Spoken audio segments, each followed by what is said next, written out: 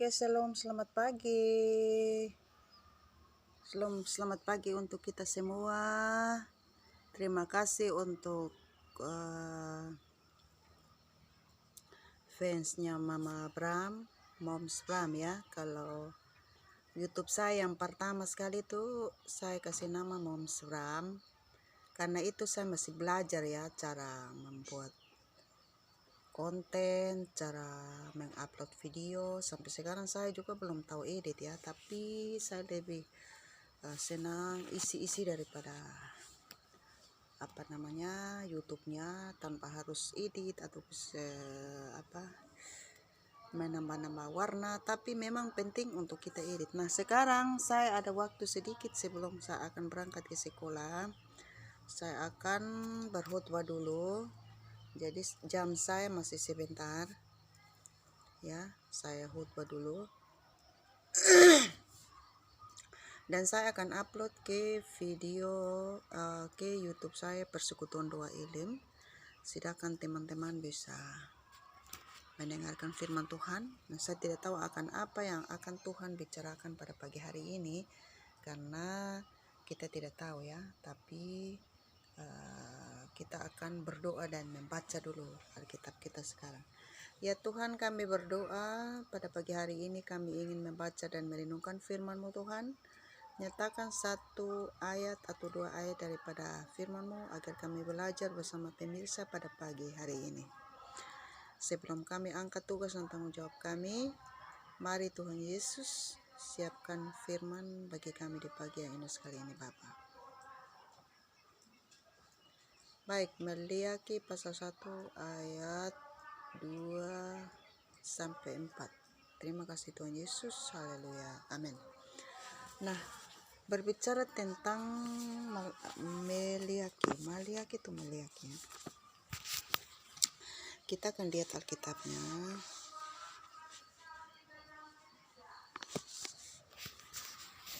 Nah, Hagai, Maliaki, kita akan Maliaki pasal 1 ayat 2 sampai 4 ya, yang tadi. Ya, kita akan membacanya, teman-teman. Kita akan membacanya. Ini Maliaki ya. Kita bacanya seperti ini. Ya.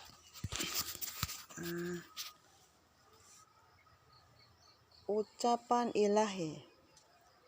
Firman Tuhan kepada Israel dengan perantaraan Maliaki.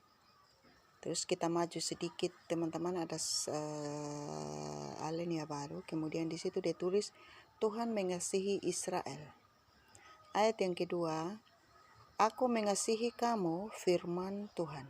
Tetapi kamu berkata, dengan cara bagaimanakah engkau mengasihi kami? Bukankah Esau itu kakak Yakub? Demikianlah firman Tuhan. Namun aku, ya teman-teman, karena saya tidak pakai meja karena ya khutbahnya singkat saja.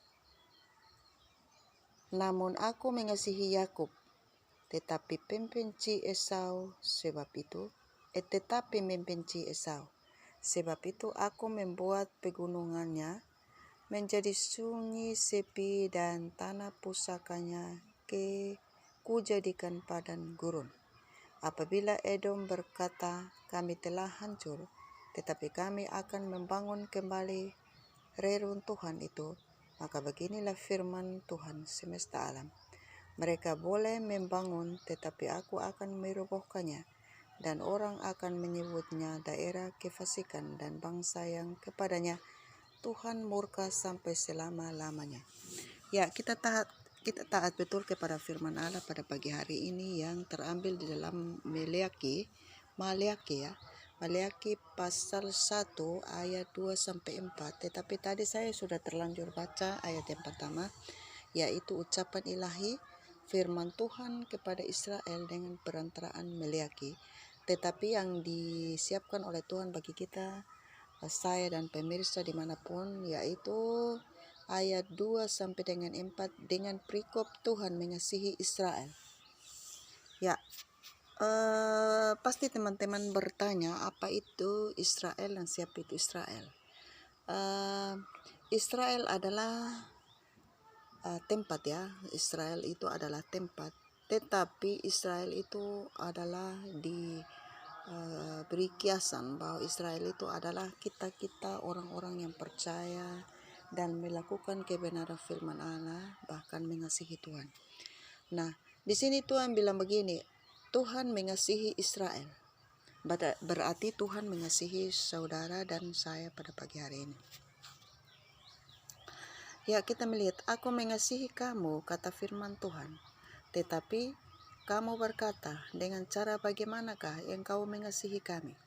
Ya, setiap hari kita mendengarkan khotbah dari tempat-tempat ibadah maupun di TV, di YouTube atau teman-teman pelayan yang selalu menyampaikan bahwa Tuhan mengasihi saudara dan saya. Tuhan mengasihi kita semua. Tetapi di sini ada ayat yang berkata begini. Tetapi kamu berkata, dengan cara bagaimanakah engkau mengasihi kami? Kita masih protes ya, kita masih protes. Tuhan dengan cara apa Tuhan mengasihi kami? Sedangkan suara yang kita pakai untuk omong seperti itu saja, itu adalah kasih Tuhan. Itu adalah pemberian Tuhan. Nah, kalau kita sampai tidak bersuara, tidak punya suara, berarti kita kehilangan kasih setia Tuhan. Jadi kita jangan tanya bahwa dengan cara apa dan kapan dan kira-kira mana yang Tuhan bukti bahwa Tuhan mengasihi saya. Itu buktinya bahwa suara. Dan kalau kita masih bernapas untuk berbicara, itu adalah satu pengasihan Tuhan yang sebenarnya kita sudah tidak layak, tidak pantas. Tetapi Tuhan masih memberikan kesempatan dan kasih setianya bagi kita untuk kita bisa berbicara. Jadi kalau di sini ada ayat yang mengatakan dengan cara apa? Orang masih saja memprotes bilang dengan cara apa Tuhan mau mengasihi saya. Tetapi dia tidak sadar bahwa saat dia bicara dia dalam keadaan sehat itu adalah kasih Tuhan ya. Yang berikut ya kita lihat. Di sini ayat 2 bagian C dia mengatakan begini. Bukankah Esau itu kakak Yakub? Demikianlah firman Allah.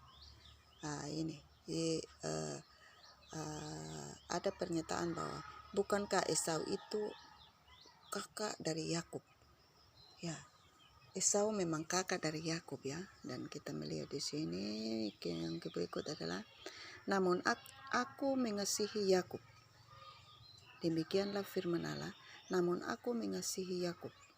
Jadi tadi ada perkataan bahwa bukankah Esau itu kakak dari Yakub, tetapi aku mengasihi Yakub, kata firman Allah.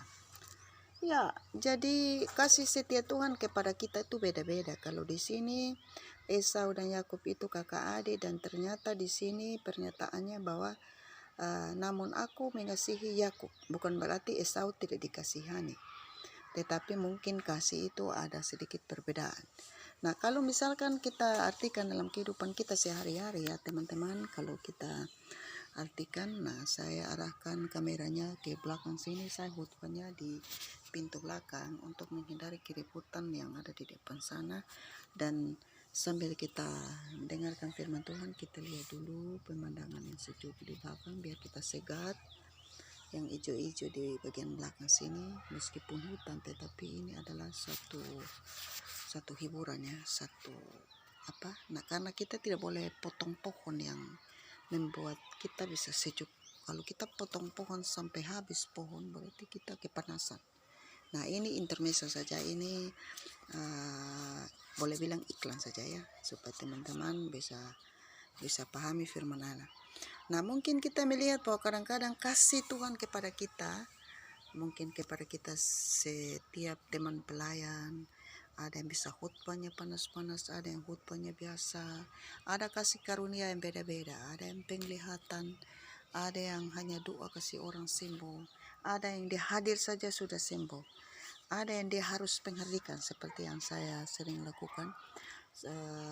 Saya harus pengharikan itu hardik ya, atau usir ya. Jadi kalau ada teman yang yang sakit, tidak bisa tidur, dan di dalam doa itu ada sesuatu yang membuat dia tidak bisa tidur, ya saya harus ke rumah dan hardik atau usir atau angkat ya. Dan sebagai cerita sedikit, saya baru pulang dari satu tempat namanya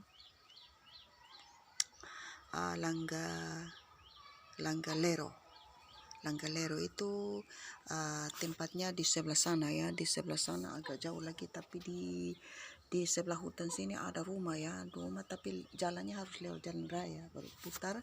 Kemudian kalau teman-teman yang pernah nonton YouTube dan tahu itu rumah budaya atau orang di sini yang tahu rumah budaya, nah Langgalero-nya dekat situ. Ada satu bapak di situ yang pernah datang dan minta doa karena istrinya sudah meninggal 3 tahun dan kamar istrinya barusan 2 malam dia tidak sanggup tidur di situ. Dan mungkin teman-teman nonton video doa yang 1 bulan lalu atau berapa mingguan lalu yang saya sementara pakai HP dan telepon dari jarak jauh.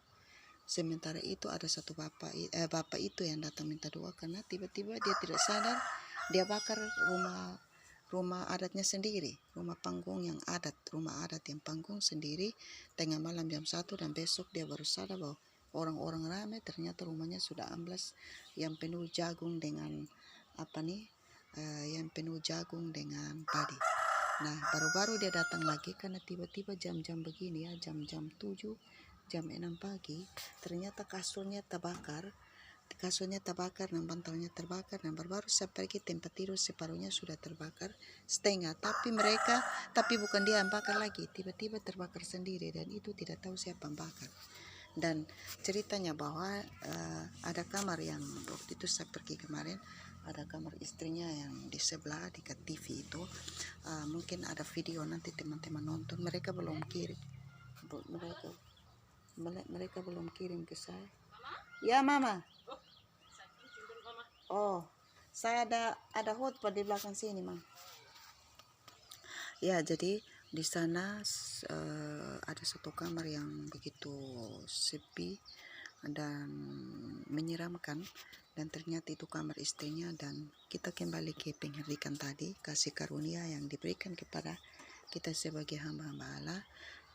Salah satunya kalau pribadi saya dapat kasih karunia penghardikan, dan di kamar yang seram itu saya harus masuk dan bersama dengan tim dan teman-teman yang bersama dengan saya dan menghardik di tempat itu supaya bapak itu jangan ketakutan lagi. Dan nanti kalian kalau mereka sudah kirim videonya, kita bisa upload dan kalian bisa nonton pelayanan doa di rumah seorang bapak. Ya, mama hotpot di sini nak. Ya, mama hotpot di sini. Kita lihat dulu kakak Wan yang mengganggu. Saya menghindar untuk tidak diganggu, ternyata tetap terganggu ya teman-teman. Nah, bang, mana siang, jalannya pelan-pelan. Sakit. Siang kasih apa? Pergi dulu.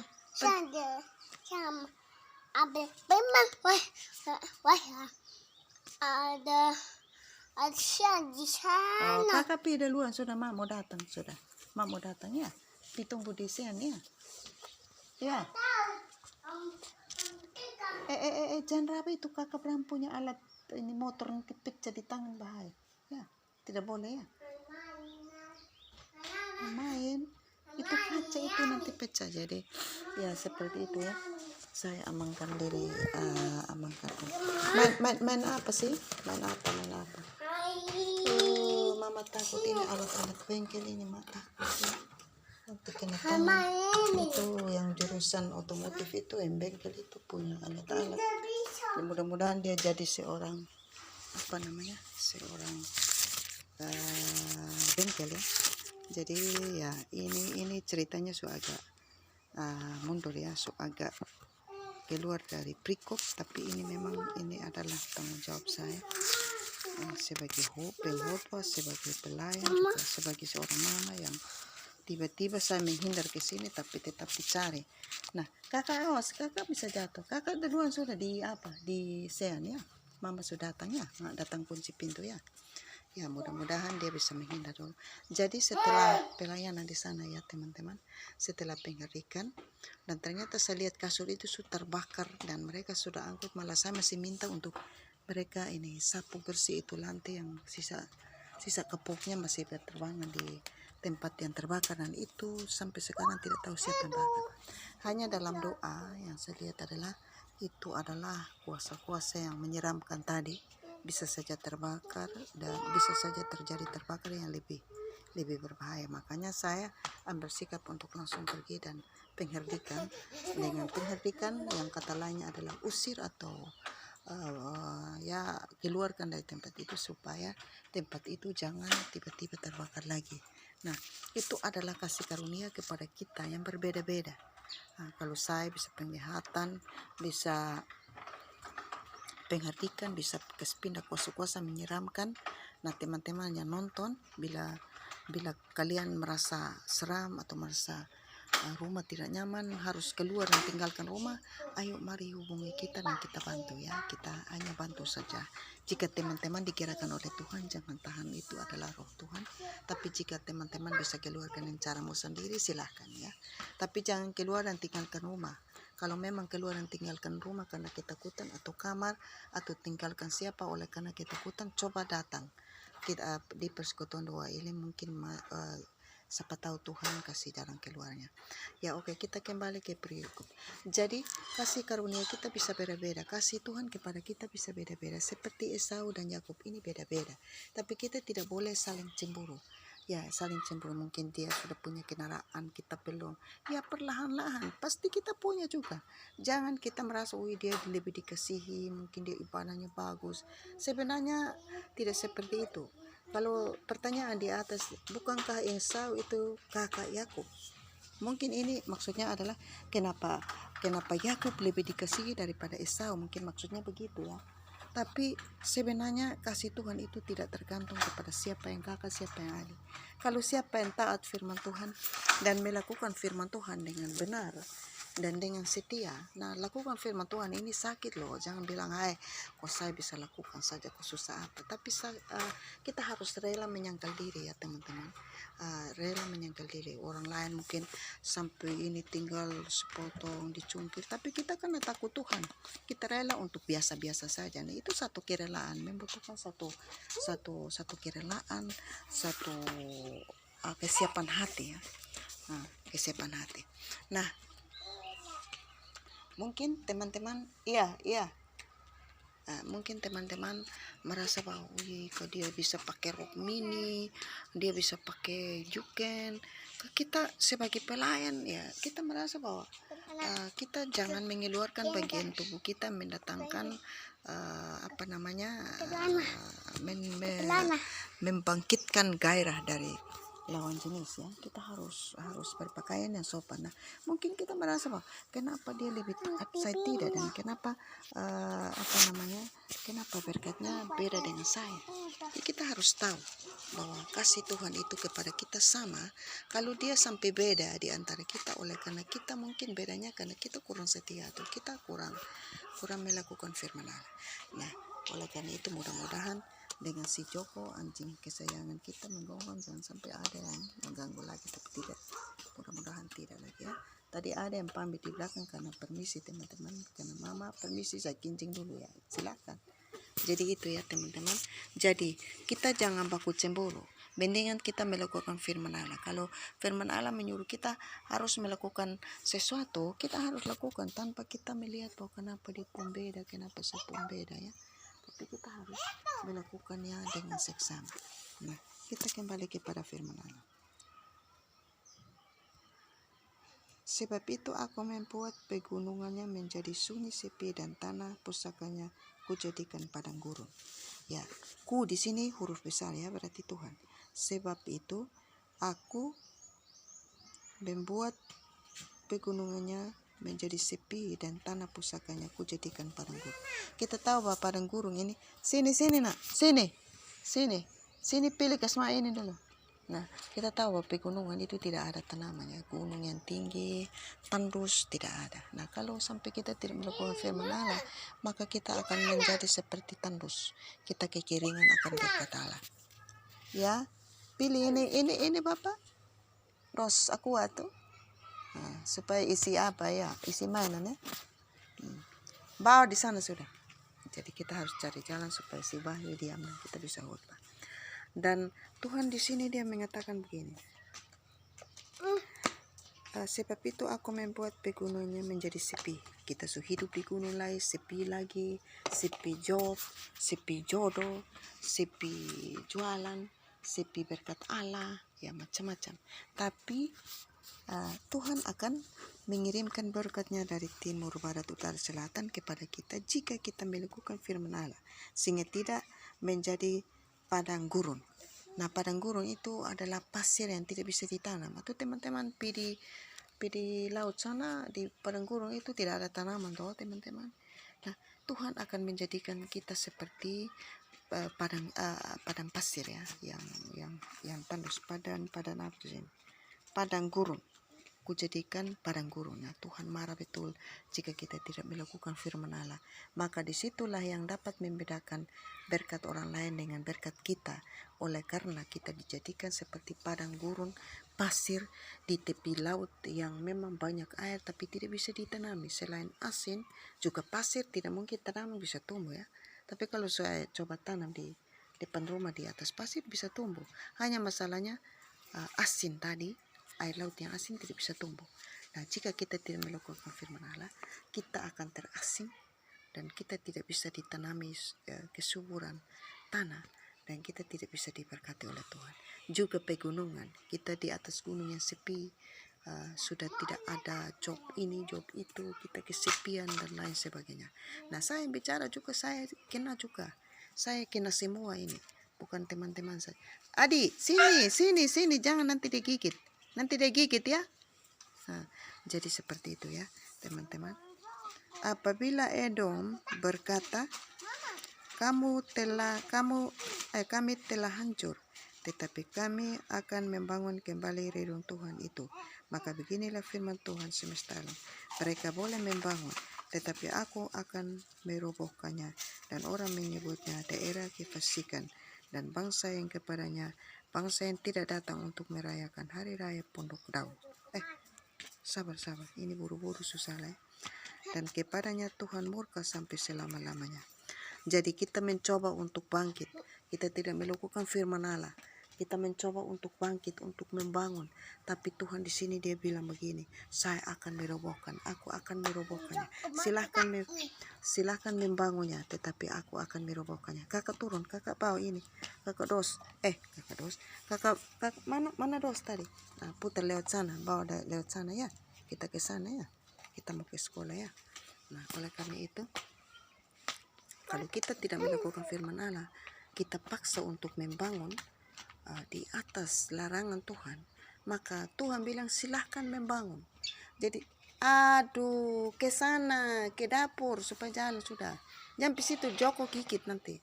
Ya, jadi kita mencoba melanggar firman Allah. Mungkin kita membangun dari uang yang bukan berasal dari Tuhan. Kita kita melakukan segala kesalahan.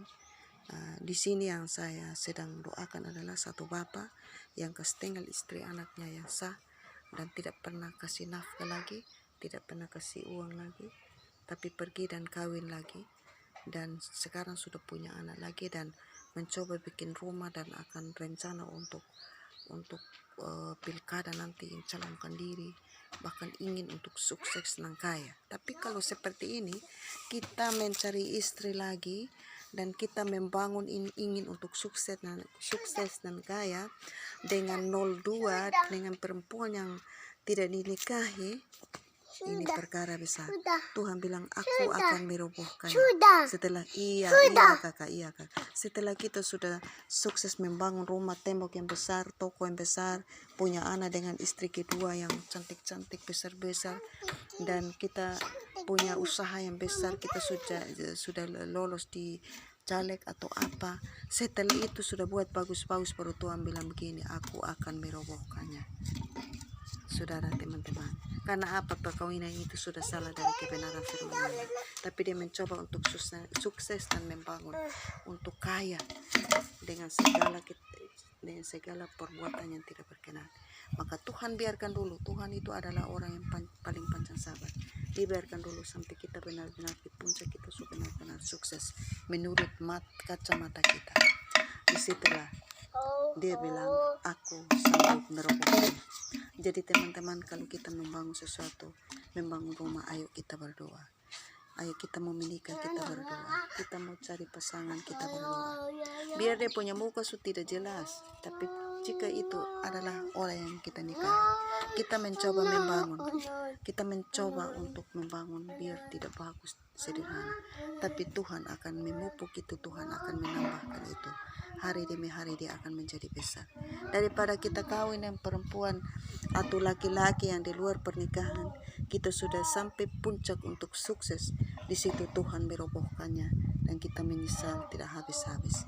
Kita sudah tidak ada guna lagi. Kita merasa sudah tidak ada niat hidup. Dan disitulah terjadi kematian. Orang banyak yang bunuh diri. Orang banyak yang putus asa. Orang banyak yang stres, lari dan menjauhkan diri di hadapan Tuhan. Orang banyak yang frustasi dan tinggalkan pelayanan pekerjaan Tuhan. Karena dia merasa bahwa Tuhan kenapa tidak berkenan untuk memberkati usaha saya. Kenapa Tuhan tidak izinkan saya hidup dan dia walaupun dia 02. Kita mulai marah Tuhan, kita mulai mengamuk. Seperti tadi firman Tuhan dibilang apa?